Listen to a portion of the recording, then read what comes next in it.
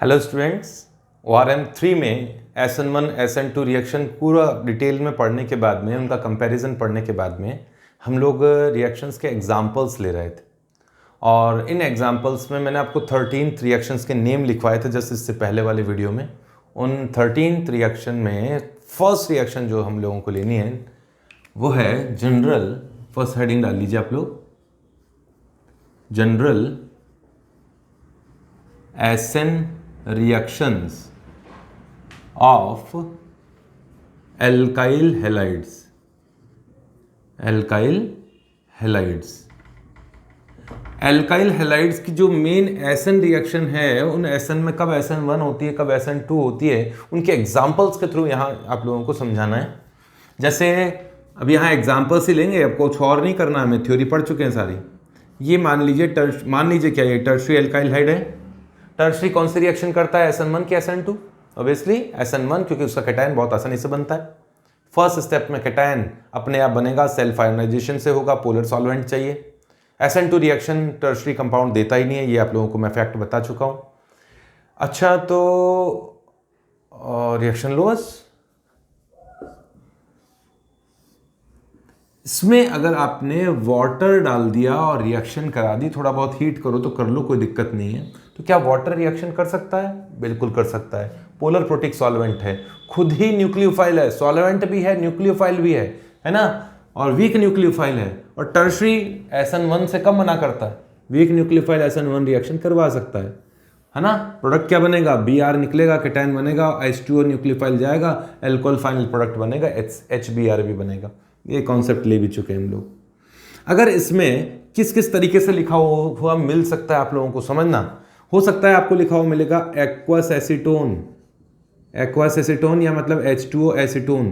कोई दिक्कत वाली बात नहीं है, एसीटोन डाला जाता है कई बार। वाटर की कॉन्सेंट्रेशन, रिएक्टेंट एसीटोन नहीं है, रिएक्टेंट कौन है? वाटर। अब ऐसा कंफ्यूज मत हो जाना यार, एसीटोन तो पोलर एप्रोटिक सॉल्वेंट है, SN2 को फेवर करेगा। लेकिन जब H2O बैठा है, पोलर प्रोटिक सॉल्वेंट बैठा है, तो H2O से क्या होने वाला है? एसीटोन से क्या होने वाला है?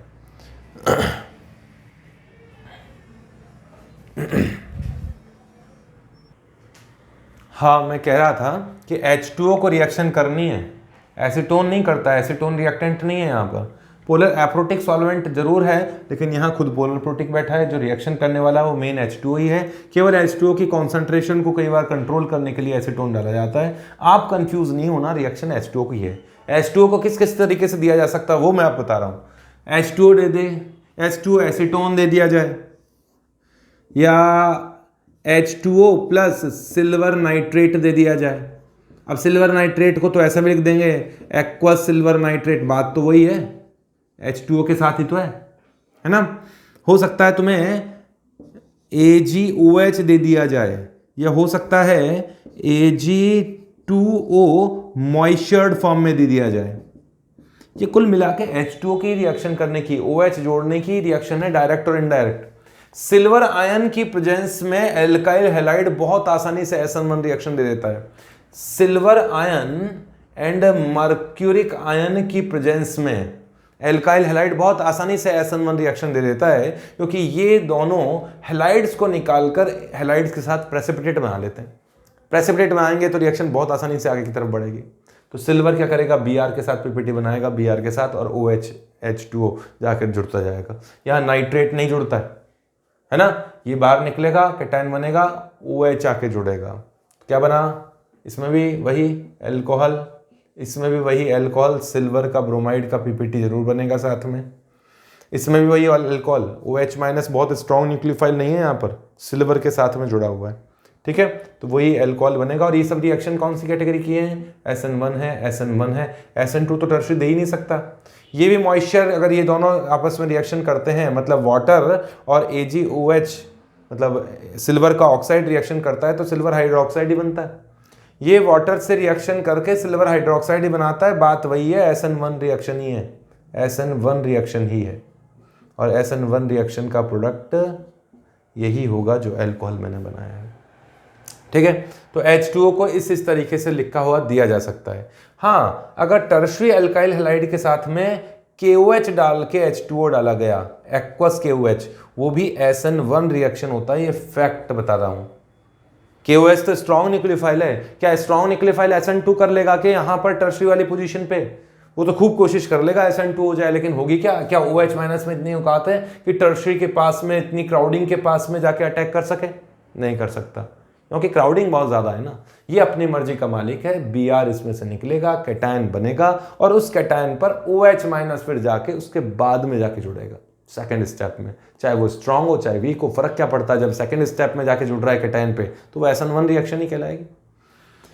KOH जब H2O में लिया जाता है तो SN1 रिएक्शन कब करता है, SN2 रिएक्शन कब करता है, वो मैं कंपैरिजन आप लोगों को बताऊंगा। अभी टर्शरी के साथ, फिर सेकेंडरी के साथ, फिर प्राइमरी के साथ भी बताऊंगा। एक्वस मीडियम में न्यूक्लियोफिलिक सब्स्टिट्यूशन रिएक्शन शो करता है, लेकिन KOH को अगर अल्कोहल में डाल देते हैं, मैं यहाँ लिखूंगा नहीं वो, क्योंकि ORM4 का पार्ट है, अगर अल्कोहल प्लस KOH होता तो वो एलिमिनेशन रिएक्शन कराता है और उसका एलिमिनेशन का प्रोडक्ट बनता है एल्कीन। क्या प्रोडक्ट बनता है? एल्कीन, एलिमिनेशन बनता है। लेकिन एक्वस वाले केस में सब्स्टिट्यूशन रिएक्शन करता है, न्यूक्लियोफिलिक सब्स्टिट्यूशन रिएक्शन, SN1 करेगा, SN2 करेगा। ठीक है, नेक्स्ट, इस रिएक्शन में, इस एग्जांपल नंबर 1 में ही अगर यहां अल्कोहल डाल दिया गया होता, इथाइल अल्कोहल, कोई बात नहीं है, Br निकलेगा, उसके बाद इथेनोलाइसिस हो जाएगा। ये तो हाइड्रोलाइसिस एक तरह से यहां तक के रिएक्शन। इसी में अगर आप रिएक्शन कराओगे, इसी के नीचे लिख देना, आप तो यहां पर जगह थोड़ी नहीं है, इसी के नीचे साथ में लिखते जाओ, तो इससे रिएक्शन होगी तो क्या बॉन्ड बनेगा? OET, ईथर बनेगा। अब कई बार स्टूडेंट कहते हैं सर OH क्यों नहीं बनेगा? तो देखो रिएक्शन तो ऐसे हुई है कि यहाँ Br के निकलने से पॉजिटिव चार्ज बना था, पॉजिटिव चार्ज बना था, तो ऑक्सीजन इस तरीके से आके बॉन्ड बना रहा है, ये लोन पेयर यहाँ आके बॉन्ड बनाएगा, ये लो बॉन्ड बना लिया इसने। अब कौन सा बॉन्ड पोलर है? ऑक्सीजन H बॉन्ड ज़्यादा पोलर होता है, तो इसके बॉन्ड टूटने की पॉसिबिलिटी ज़्यादा होती है, H प्लस दे के निकल जाता है, और क्या रह जाता है? अगर H प्लस निकल गया और ये निकल गया तो पॉजिटिव चार्ज रह गया, मतलब पॉजिटिव गया, और क्या रह गया? ईथर रह गया। तो OET आके जुड़ेगा, है ना, OET। अगर आपने, तो इथेनोलाइसिस इसे कहेंगे। अगर यहां CH3COOH एसिटिक एसिड लिया गया, तो एसिटिक एसिड में भी तो न्यूक्लियोफाइल है, ऑक्सीजन वीक न्यूक्लियोफाइल है, स्ट्रॉन्ग न्यूक्लियोफाइल नहीं है। अब आप बोलोगे सर एसिटिक एसिड तो स्ट्रॉन्ग एसिड है, स्ट्रॉन्ग एसिड वीक एसिड कैसे डिसाइड करोगे? ऑर्गेनिक एसिड्स में ये स्ट्रॉन्ग बनता है, इनऑर्गेनिक एसिड्स के सामने ये वीक है, बात कर चुका हूं मैं। ऐसे ही ये न्यूट्रल न्यूक्लियोफाइल है। अच्छा, ये न्यूट्रल से स्टूडेंट बड़े कंफ्यूज होते हैं, तो मैं एक बार वापस ले लेता हूँ। कई बार स्टूडेंट कहते हैं कि सर H2 न्यूट्रल कहाँ है? H2 में H प्लस भी होता है, OH माइनस भी होता है। तो हमने तो आयोनिक इक्विलिब्रियम में पढ़ा है, क्योंकि हम तो पढ़ चुके हैं आयोनिक, आप हमें बेवकूफ़ नहीं बना सकते। तो भाई H2O में OH आयन की कॉन्सेंट्रेशन 10⁻⁻7 होती है 25 डिग्री सेल्सियस पे, बहुत कम होती है। तो इतनी कम कॉन्सेंट्रेशन SN1 के लायक नहीं है। अब ये मत पूछना सर कितनी कॉन्सेंट्रेशन चाहिए, ठीक ठाक चाहिए, कोई ऐसे कोई बाउंड्री लाइन बनी हुई है क्या, है ना। तो न्यूट्रल न्यूक्लियोफाइल हो, जैसे ये है, इनमें सेल्फ आयोनाइजेशन बहुत कम होता है, इसमें भी आयोनाइजेशन होता है, लेकिन इतना सफिशिएंट कॉन्सेंट्रेशन नहीं है कि SN2 रिएक्शन कर दे, SN1 ही करता है। तो यहां भी SN1 रिएक्शन होगी, oxygen C double bond O CH3, इस तरह से एस्टर बन जाएगा। थोड़ी स्लो रिएक्शन होगी लेकिन हो जाएगी, ठीक है। अच्छा, अगर दो तरह के न्यूक्लियोफाइल्स को मिला दिया गया, जैसे इथाइल अल्कोहल प्लस वाटर, दोनों के दोनों न्यूट्रल न्यूक्लियोफाइल्स से मिला दिया गया, दोनों न्यूट्रल न्यूक्लियोफाइल्स को, तो क्या होगा? Br निकलेगा, कैटायन बनेगा। कैटायन पर जो न्यूक्लियोफाइल ज्यादा अमाउंट में होगा वो आ जाएगा। RDS वाला स्टेप तो कौन सा था? फर्स्ट स्टेप, जिसमें Br निकला, Br निकलते ही कैटायन बना। अब जो न्यूक्लियोफाइल ज्यादा अमाउंट में वो पहले आके बॉन्ड बना लेगा।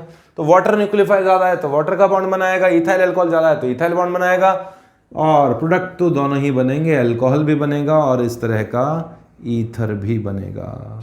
तो ये रिएक्शंस थी टर्शरी के लिए। टर्शरी SN1 रिएक्शन किस किस तरीके से दे सकता है वो मैंने बता दिया। ये जो भी रिएक्शन मैंने एग्जांपल्स लिए हैं, जो रिएक्शन हो रही हैं, वो सभी SN1 कैटेगरी की रिएक्शन है, ठीक है।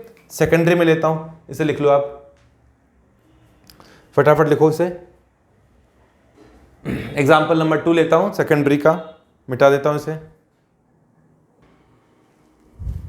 एग्जाम्पल नंबर 2 ये ले लिया इस बार सेकेंडरी। भाई सेकेंडरी दोनों रिएक्शन दे सकता है, SN1 भी दे सकता है, SN2 भी दे सकता है, डिपेंड करता है कंडीशंस कौन सी, जो कंडीशंस चेंज करते हैं। अगर केवल लिख दिया वाटर प्लस एसीटोन, है ना, या फिर लिख दिया Ag नाइट्रेट प्लस एसीटोन, अब बात वही है, एक्वस सिल्वर नाइट्रेट, एक्वस मतलब वाटर है साथ में, या फिर लिख दिया गया इथाइल एल्कोहल, या फिर लिख दिया गया एसिटिक एसिड, या फिर लिख दिया गया KOH प्लस वाटर, और लिख दिया गया इस बार KOH प्लस DMSO, और भी लिख देता हूँ, ये लो, या फिर इथॉक्साइड, या फिर एसीटेट, सोडियम एसीटेट, बहुत है तो, है ना, बताऊंगा, अभी तो न्यूक्लियोफाइल्स स्टार्ट ही हुए हैं अभी तो सेकेंडरी क्या है? सेकेंडरी तो भाई दोनों रिएक्शन कर सकता है, बीच में है। अगर वीक न्यूक्लियोफाइल आया जैसे SN2 H2O SN1 कर लेगा। सिल्वर तो वैसे भी SN1 को प्रेफर करता है, कैटायन बनाना पसंद करता है। Ethanol neutral nucleophile SN1 reaction कर देगा, है ना, न्यूट्रल न्यूक्लियोफाइल SN1 कर देगा, अभी बताया था। KOH अभी कुछ देर पहले SN1 कर रहा था, लेकिन भाई वो टर्शरी था, टर्शरी भाई इसकी दाल नहीं गली थी। टर्शरी में KOH जो स्ट्रॉन्ग न्यूक्लियोफाइल होते हुए भी SN2 रिएक्शन नहीं कर पाया था, बट यहाँ तो करेगा। यहाँ तो वाटर है, चलो ठीक है, कोई बात नहीं, पोलर एप्रोटिक सॉल्वेंट है, लेकिन KOH है भाई, स्ट्रॉन्ग न्यूक्लियोफाइल है। तो अब में जो एक्सपेरिमेंटल फैक्ट्स जो होते हैं वो तो याद करने पड़ेंगे। तो ये SN2 रिएक्शन तो ज़्यादा करता है, थोड़ी बहुत SN1 भी करता है, बनाता दोनों है, होता तो दोनों तरीके से है, प्रोडक्ट तो सेम बनेगा, जाके OH जुड़ेगा इस जगह, लेकिन SN2 वाले पाथ से रिएक्शन ज़्यादा होती है, SN1 वाले पाथ से थोड़ी रिएक्शन कम होती है। लेकिन जब DMSO डाल दिया, DMSO पोलर एप्रोटिक सॉल्वेंट है, तो फिर SN2 रिएक्शन ही होगी, SN1 नहीं होगी, है ना। अब स्ट्रॉन्ग न्यूक्लियोफाइल है, अभी तक इथेनॉल था, इथेनॉल न्यूट्रल न्यूक्लियोफाइल था, इस बार तो आयोनिक न्यूक्लियोफाइल ले लिया, स्ट्रॉन्ग न्यूक्लियोफाइल है, SN2 करेगा। स्ट्रॉन्ग न्यूक्लियोफाइल है, ये न्यूट्रल था, अब आयोनिक फॉर्म में नेगेटिवली चार्ज्ड है, SN2 करेगा, ठीक है। जो मेजर पॉसिबिलिटी वो मैंने आपको बता दी। तो यहां आएगा OH, यहां आएगा OH, यहां भी OET ही आता है, अभी कुछ देर पहले बात हुई है। यहाँ इस जगह OC डबल बॉन्ड OCH3, चाहे स्लो रिएक्शन हो पर यही प्रोडक्ट बनेगा। यहाँ OH, इसके बाद में यहाँ भी OH एल्कोहल बनेगा। इस पोजीशन पर H2O में Br को निकालोगे, OET आ जाएगा और यहाँ एस्टर आ जाएगा। आप ये चीज़ समझ चुके होंगे कि प्रोडक्ट चाहे एक जैसा दिखाई दे रहा हो, लेकिन रिएक्शन करने का तरीका, वास्तविक जो मेथड है वो अलग अलग हो सकता है, ठीक है। इस तरह से सेकेंडरी के पर आप लोगों को समझ में आ गया होगा। कुछ एग्जांपल्स और लेता हूं, चेंज करने से आपको पहचान में आ जाएगा कब SN1 होगी और कब SN2 होती है। तो इससे लिखिए, एग्जांपल नंबर 3 लेता हूं, फटाफट लिख लो इसे, अब मिटा देता हूं। अब एग्जांपल नंबर 3 लेते हैं। ये मैंने कंपाउंड लिया है, यहां ब्रोमीन है, यहां CH3, C2H5 and H, chiral carbon है। पहले तो पहचानिए कि सेकेंडरी है कि प्राइमरी है। तो ये सेकेंडरी एल्काइल हैलाइड है, क्योंकि ये कार्बन 2 कार्बन से बॉन्डेड है ना। ये सेकेंडरी कार्बन से बॉन्डेड हैलाइड है, सेकेंडरी एल्काइल हैलाइड है। सेकेंडरी एल्काइल हैलाइड SN1 भी दे सकता है, SN2 भी दे सकता है, डिपेंड करता है कंडीशन कौन सी है। तो अब आप खुद पहचानिए कि रिएक्शन कौन सी है, प्रोडक्ट कौन सा बनाना है, मेजर प्रोडक्ट बना दीजिए। फर्स्ट केस है H2O प्लस एसीटोन, रिएक्शन होगी तो कौन सी होगी पहले ये बतानी है। प्रोडक्ट्स आपको एक से ज़्यादा बने तो भी बताना पड़ेगा ना, कायरल कार्बन है समझ लेना। नेक्स्ट है KOH प्लस DMSO डाल दिया, दोनों के प्रोडक्ट्स बताइए। रिएक्शन नंबर, एग्जाम्पल नंबर 4 है, ये रहा सेकेंडरी कंपाउंड, यहाँ H, यहाँ CH3 और यहाँ Br, यहाँ H। मैंने कंपाउंड ट्रांस लिया है ना, H अपोज साइड है, ट्रांस साइड है। इसमें दोनों कुछ अलग अलग कंडीशंस में मैंने इसमें Ag नाइट्रेट प्लस H2 का यूज़ किया, कौन सी रिएक्शन होगी। और मैंने इसमें KOH के साथ में DMSO का यूज़ किया। रिएक्शन SN1 है कि SN2 है, पहचानिए। बनाओ इसे, मेरे पास जगह की कमी पड़ रही है आज, बनाओ फटाफट।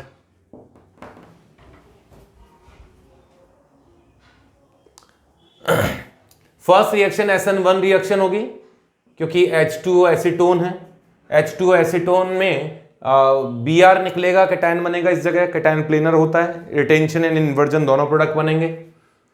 तो OH यहाँ होगा, न्यूट्रल वाला केस था इसलिए SN1 होगी, और इन्वर्जन प्रोडक्ट भी बनेगा।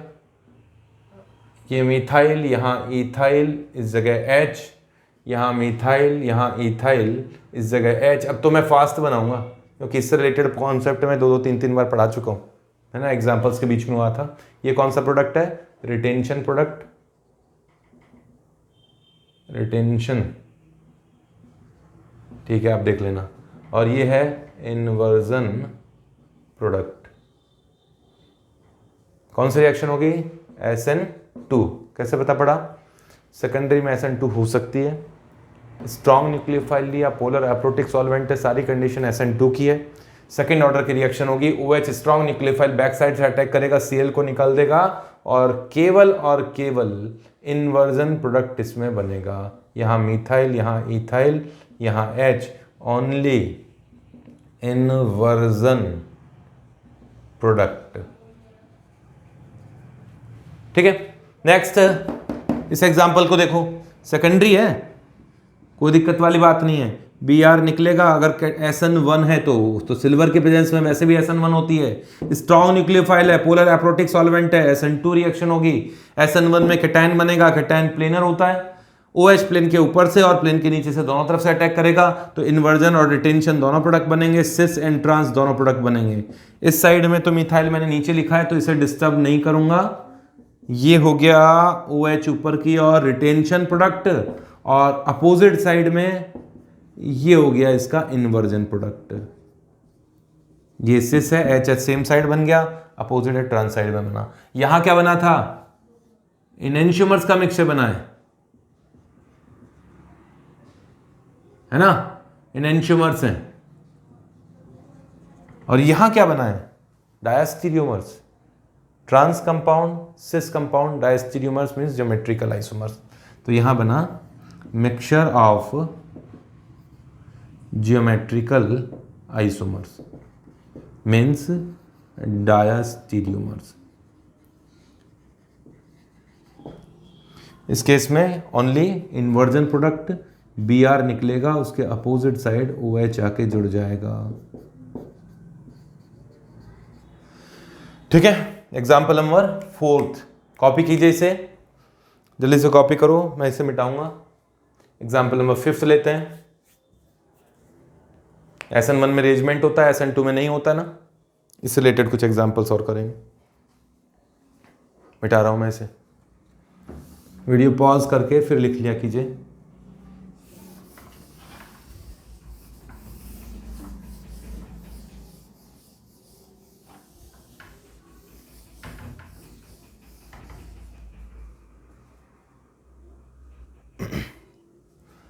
Example number 5। अच्छा, एक और चीज ध्यान से सुनना,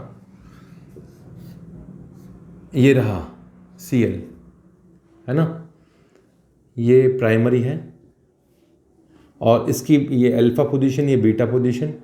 बीटा पोजीशन पे अगर 2 R ग्रुप जुड़े हों तब तो SN1 रिएक्शन हो सकती है। प्राइमरी सुन लेना, प्राइमरी में SN1 रिएक्शन नहीं होती है, बताया था ना मैंने। नॉर्मल प्राइमरी में SN1 रिएक्शन नहीं होती है। जैसे अब इन एग्जांपल्स को एक साथ लेता हूँ, आप समझ लो। पहले ये वाला प्राइमरी है, इसमें आप H2O डाल दो, कोई SN1 रिएक्शन नहीं होगी, no reaction.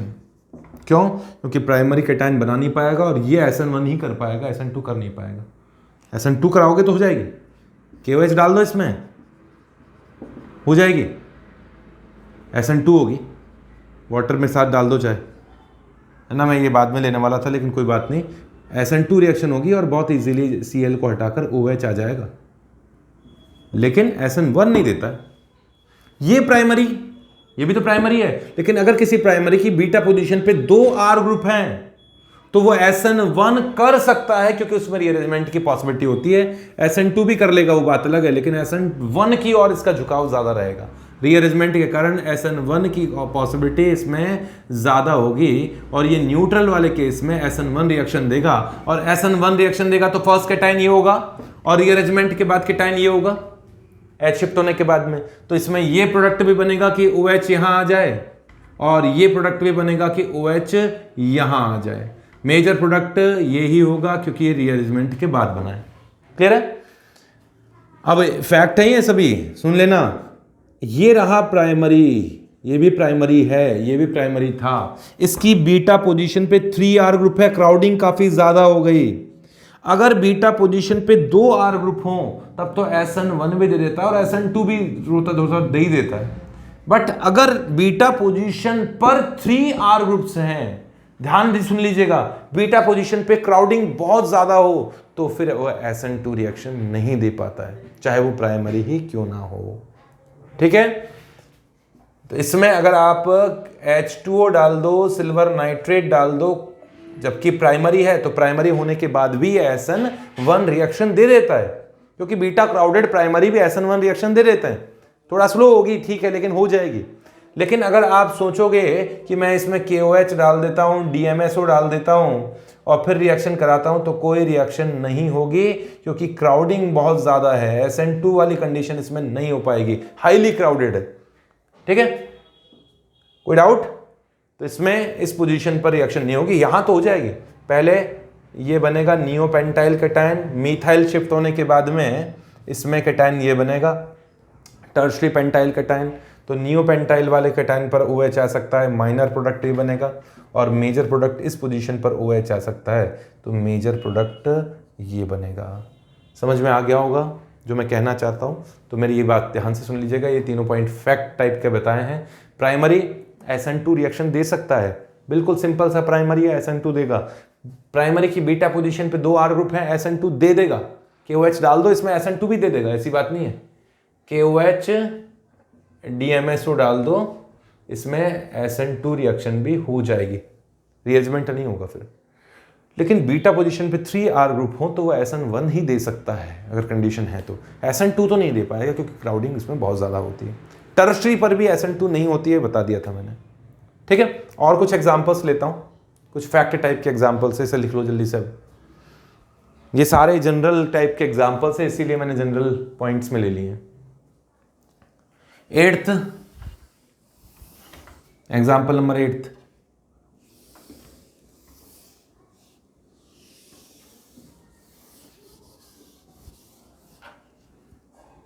Example number 8th, एक कार्बन है, ये लो CH3CH और 2 Cl ग्रुप जुड़े हुए हैं। अब ये भी यहीं बता देना उचित है। एग्जाम्पल नंबर 9th, ये एक कार्बन है और उस पर 3 Cl ग्रुप जुड़े हैं, है ना। ये जेमिनल कहलाता है, ये विसिनल कहलाता है।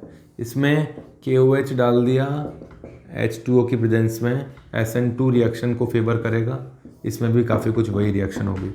फाइनल प्रोडक्ट इसमें बनेगा एल्डिहाइड। यहाँ क्या प्रोडक्ट बनेगा? CH3C double bond OH।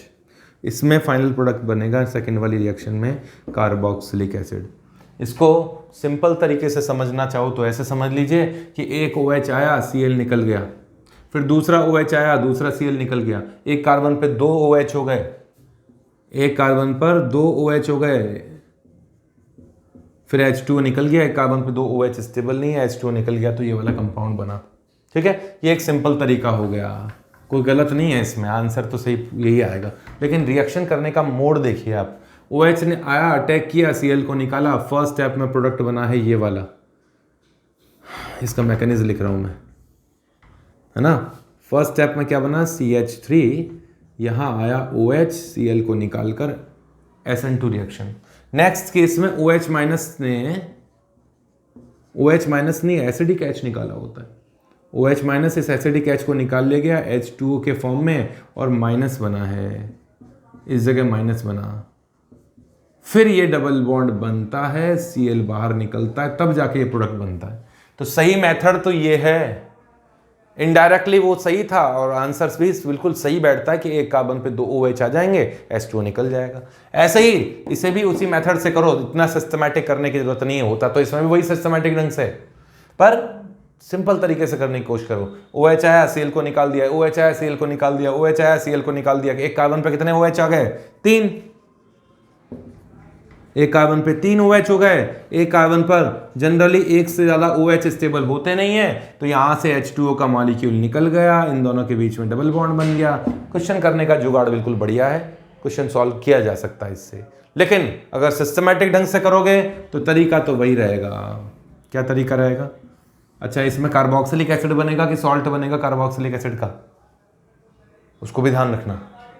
मैं इसमें DMSO वगैरह और भी रिएक्शन हो जाती है वैसे, इसमें एल्डिहाइड बनने के बाद एल्डोल वगैरह रिएक्शंस भी हो सकती हैं। हाँ, मैं ये कुछ कह रहा था कि ये वाला जो प्रोडक्ट है इसमें कार्बोक्सिलिक एसिड बनेगा या उसका सॉल्ट बनेगा? तो इसमें तो सॉल्ट बनेगा, क्योंकि जैसे ही कार्बोक्सिलिक एसिड बनेगा वो बचे हुए अल्कोहल से रिएक्शन करके कार्बोक्सिलिक एसिड का सॉल्ट बना देगा। हाँ, मैकेनिज्म की बात कर रहा था, येलो मैकेनिज्म। एक Cl को हटाया OH ने, 2 Cl बच गए। फिर क्या हुआ? SN2 reaction, acid base reaction, OH ने H+ को निकाला H2O के फॉर्म में, CH3O- बना। एक Cl को बाहर निकाल दिया, O ने डबल बॉन्ड से, इस तरीके से Cl बाहर निकला, कार्बोक्सिलिक एसिड का हैलाइड बना, जिसका हाइड्रोलाइसिस आप अच्छी तरह से जानते हो कि किस तरह से ये वापस कार्बोक्सिलिक एसिड में कन्वर्ट हो जाता है। समझ गए? तो ये जेमिनल है, ये भी जेमिनल है, मतलब ये तो ट्राई है। तो एक ही कार्बन पे 2 और ज़्यादा एसिड एल्काइल हैलाइड हों तो उस केस में एल्डिहाइड कीटोन या कार्बोक्सिलिक एसिड उसी ऑर्डर में बनते हैं। ठीक है, इसको लिखो, एग्जाम्पल्स लिख डालो फटाफट। एग्जाम्पल नंबर 10 दूंगा मैं, एग्जाम्पल्स बहुत देने हैं मुझे इसमें।